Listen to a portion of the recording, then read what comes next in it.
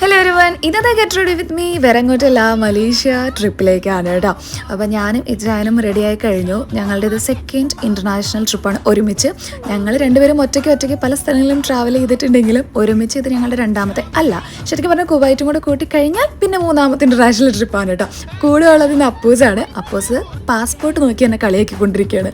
സത്യത്തിൽ അവൻ്റെ പാസ്പോർട്ട് ഞങ്ങളൊരു 2 days കൊണ്ട് വേഗം ഹറിബറിന്നാക്കിയതാണ്. അവൻ ട്രിപ്പ് വരാമെന്നുള്ള പ്ലാൻ പെട്ടെന്നാക്കിയതായിരുന്നു.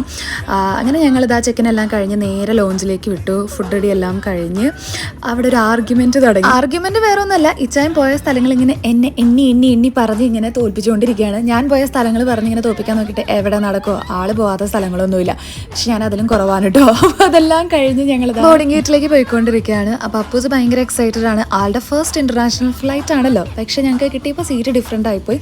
അതാണ് ഈ എത്തി വലിഞ്ഞ് നോക്കുന്നത്. എന്തായാലും ഞാനിപ്പോൾ ഇറങ്ങാൻ പോവാണ്. മലേഷ്യയിലെ വിശേഷങ്ങൾ അവിടെ ചെന്നിട്ട് പറയാം. ബൈ.